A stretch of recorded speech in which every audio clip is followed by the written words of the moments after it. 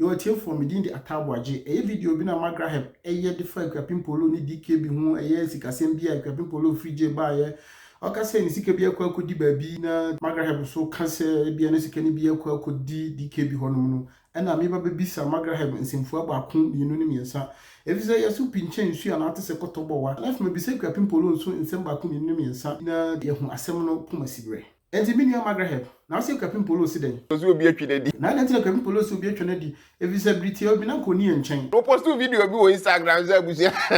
amafo mebre na send the message here and there say we must send the scabat come thank you grontimi gabi eni se Capin Polo so obi abreniska ana se nipa bi abreniska no wantimi ano wase eni na wanya ade o na bre ben na sasem isiye time ko jail no of course na zikana na kom se Capin Polo mfanye den fiti na ni enim se Capin Polo ni enchen science nsem bia e ba enti no police fo akache because na amafo here some kind of fundraising business na be o mo de beto wa ma ne ba no ne ma me se o ko prisoner because one na hwe abusuan ne keka ho eni se na zikana mo de ma Capin Polo ma me na ko de hwe Capin Polo ba no na o de atototo ne ma bi se de be na chinye basa eni se na nkanya asemboni o na hwan na edi anim na ko jisika DKB you are for say the Magraheb go see DKB na ne disika jije nanim disabri de wasan ka Sister Polo saka ne sika mo mi Sister Polo say nsaka sika na anade na eko Sister Polo e de na wokafa ho I have not received any money from any person. Sister Polo ni so wanka say wato anum tuo aka say wonsan ka sika na eni sika na kwa kodi hifa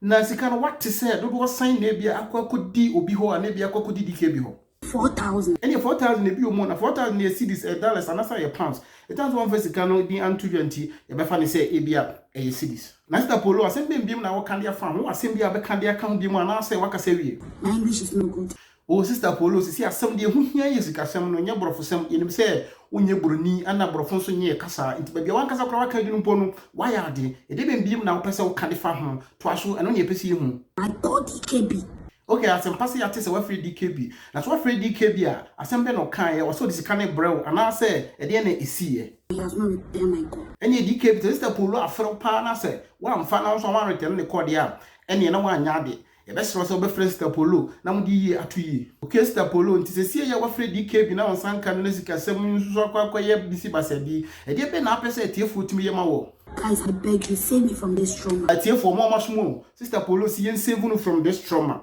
entirimi nu mum yen kan mum yen save Sister Polo from this trauma ti sabria Sister Polo si yen save from this trauma yi me community Magraheb nchen no no so me bisa na dwen kire me Magraheb se si awkene se de betimi aye afa ho de abo Sister Polo. What is the next option? Sa next option ne pesi hu so wadwen kire fa ho Magraheb enti so wadwen kire wo ho ne sen DKB must go in. No video ba wa ba be mag be kan say press conference. Sisi is wa kire wadwen say o say DKB eba no be press conference e fa de e koso hu no so de clear ne self a asempa na sabre asembe na peso ka kire tiefo Abuja ba bia DKB wo bia no.